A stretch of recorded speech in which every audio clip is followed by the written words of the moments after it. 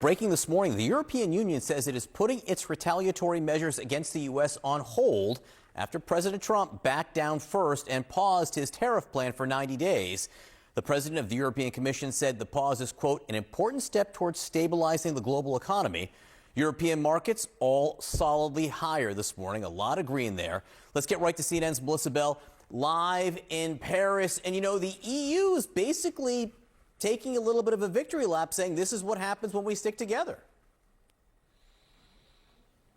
That's right, and hoping to stay unified on this. And what's interesting about their response to this 90-day pause, John, is not just that they're pausing what they were planning to do with regard to the reciprocal tariffs, which has been paused, but they're also stopping the rest of their responses. So, for instance, American tariffs on steel and aluminium of 25% remain on European companies. Europeans agreed yesterday on their response to that. They've decided to pause rolling out that response. American tariffs on the automobile and auto parts industry remain on Europe. For now, Europeans are also holding back. So a lot of restraint really being shown by the European Union here. They've really stopped all of the measures, both the ones they'd agreed on and the ones they were considering for now. Have a listen to what the Spanish Prime Minister had to say in response. Nobody wins a trade war. Everybody loses. For this, the measure announced by the US administration, pending review of the exact details, seemed like an open door for negotiation, and as such to an agreement between countries. So Europeans hopeful that negotiations can be reached, that negotiations can begin on all of these matters, but they also explain that they're going to continue to work together to look at very firm measures on both the automobile tariffs and the so-called reciprocals, so that if in 90 days, when that period comes to an end, should the American ones kick in, the Europeans should be ready to respond, and to respond very harshly, as we discussed yesterday. But for now, very much looking to see whether this pause equals the beginning of negotiations. Yeah, this is very much a case of what happens next. Melissa Bell in Paris today. Thanks so much for being with us. Trump's reversal led to an historic surge on Wall Street yesterday. U.S. markets, though, right now, let's take a look. Well, I'm going to go this direction. They are not in surge territory, if you will. Futures are down across the board. The White House is spinning this as all a kind of big win and part of a grand strategy by President Trump. Others, though, are saying that, well, he caved, he backtracked, and he retreated on demands that only he made, and a self-inflicted wound. The nation's biggest bank, J.P. Morgan Chase, is still sounding the alarm, even in the face of this move by Donald Trump about a possible recession this year.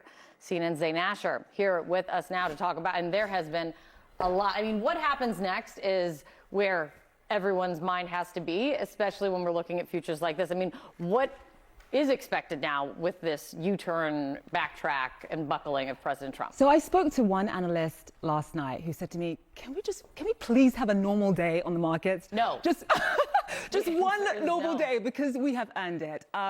Looking at where futures stand right now, the last I checked, Dow was down about 500 points or so. I'm going to guess, Kate, that today is not going to be that day. Yeah. Now that everyone has had an opportunity to really sort of sober up and digest what we saw yesterday, I mean, obviously everyone has gotten over the shock, positive shock, but the shock of Donald Trump pausing these tariffs for 90 days. But now that everyone's had a chance to sort of sober up, the reality is setting in. You look at the facts.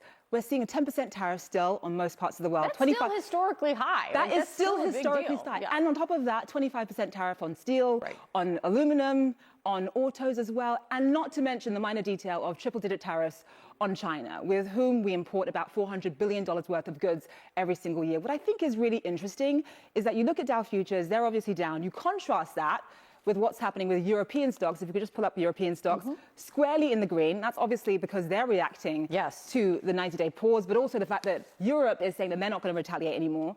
What I think is also interesting is what's happening with Asia stocks. Obviously, you would anticipate that the Asian stocks who are seeing tariff relief, so we could just pull up Asia as well, the Asian stocks that are seeing tariff reliefs, for example, the Nikkei, up about 9%. But Kate, check this out. Even the Shanghai Composite, right, Chinese stocks, also rallying despite the 125% tariff increase. And that indicates to me that Chinese investors saw what Donald Trump did yesterday and are saying to themselves, well, look, this kind of indicates that if the pain is great enough for Americans, be it investors or perhaps later consumers, that Donald Trump is willing to back down, that he is willing to negotiate. So that's why the Shanghai Composite ended the day there in the green. And on that, that's why there's been a lot of really interesting reporting about how China has been preparing for this for a long time and is ready to unleash even more pain as it could be a very long fight. What are China's options? Okay, so a couple of things. This time yesterday, we saw China in the same boat pretty much as the rest of the world. They had a little bit more pain inflicted on them compared to everyone else, but they were more or less in the same boat. Now they are completely isolated, and that is a strategy deliberately designed by Donald Trump to make the Chinese regret retaliating. In terms of who blinks first, whether it's going to be Donald Trump, whether it's going to be Xi Jinping, Kate, your guess is as good as mine. But what I will say is that we've talked a lot on this show about American consumers and the fact that they are going to suffer in all of this. What I think is also important to note is that the Chinese economy has been suffering for quite some time. They're dealing with slower growth, slower GDP. They have a real estate market crunch. They're dealing with a demographic crisis when it comes to declining population. So there's a lot of pressure on Xi Jinping. This decision by him of how to respond to this is just as much economic as it is political. The good news, as you talked about, Xi Jinping has had time to prepare. We saw this coming, of course. But they have a controlled economy. So they have levers that they can pull in order to shield their economy from tariffs. So, for example, they're already devaluing the currency just to make their exports a little bit cheaper. And that's why we're seeing Asian markets, especially the Shanghai Composite, rallying on the hope that perhaps there is going to be a deal here. Yeah, so who has the upper hand in this, we'll call it a chess match right now, and we will see more evidence of that today. We'll see. It's great to see you, Zane. Thank you so much. John. All right, joining us now, Jason Furman, the former chair of the Council of Economic Advisors and now a professor of economic policy practice at the Harvard Kennedy School. Professor, thanks so much for being with us. So is this a case now of no harm, no foul, the tumult over? Absolutely not. This is above and beyond what the president campaigned on doing. And at the time, most people discounted those threats and thought he'd only fulfill part of them.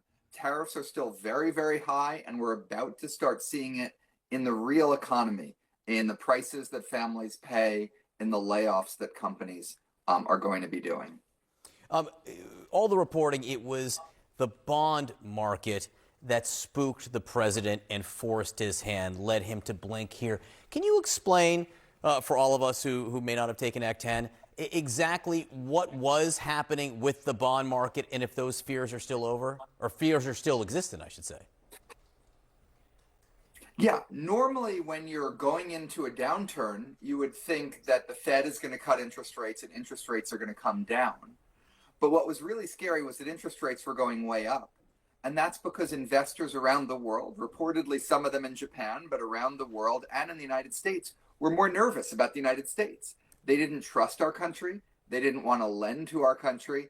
And because of that, that made interest rates go up, just like any other borrower who's not particularly creditworthy is going to end up with higher interest rates. And the New York Times reporting that the president knows what that means. As someone who worked in real estate, when interest rates start going up, it just gets harder to do business. What do you think China sees here? We just heard from Zain Asher on this. Do you think they see this as a chance now to talk? Do they feel isolated? Or do they see now that the president will blink when facing certain pressures? The president has shown over and over again a willingness to blink.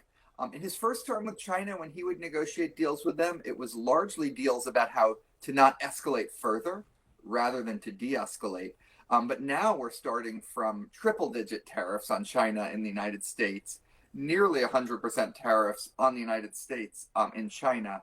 It's really, really hard to picture how either of our economies will be able to function, deliver job gains, deliver benefits to consumers in the midst of a very, very extreme trade war. So some which way, someone's going to need to blink, or else we're both going into recession.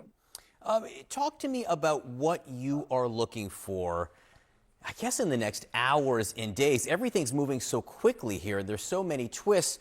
But what are the next shoes that could drop in your mind? I mean, to me, it's number one, are we hearing about more new tariffs? The president has talked about tariffs on pharmaceuticals, on semiconductors, on lumber. Is he still talking about those new tariffs? Number two, that 10% on every country in the world, that's pretty high. That goes on all our friends and foes alike, with the exception of Russia, which doesn't get it. Is that there to stay, or is that part of the negotiation? And then number three, what's happening with China?